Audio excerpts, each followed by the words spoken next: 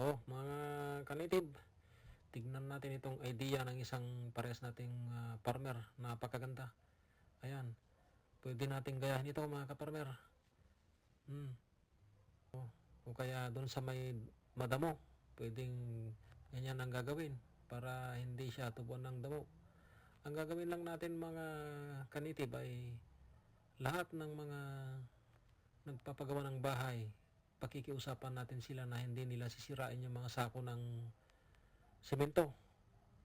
At iipunin natin yan. Lahat ng ikot-ikot ka kung saan yung mga nakikita nating nagpapagawa ng bahay, iipunin natin yung kanilang pagbabasutan ng mga semento at ating iipunin.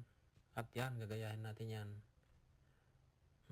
Bibili ka ng ipot ng manok, haluan mo ng lupa, taniman ng kahit ano, kahit kamuting baging o kaya kahit anong gulay, okra. Yan, napakaganda yung idea. Gayahin natin ito mga kanitib. Napakaganda yung idea niya, oh. Ayan, oh.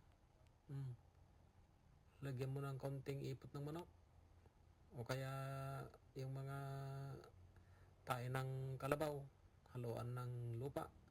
Kahit hindi kamuting baging ang tatanim, kahit anong klaseng gulay. Ayan, kapag nakaipon ka ng 1,000 sako, ayan, pwede ng taniman. Hindi siya tutubuan ng damo at saka yung pataba ay nandyan lang sa loob. Yung sustansya ng mga lupa ay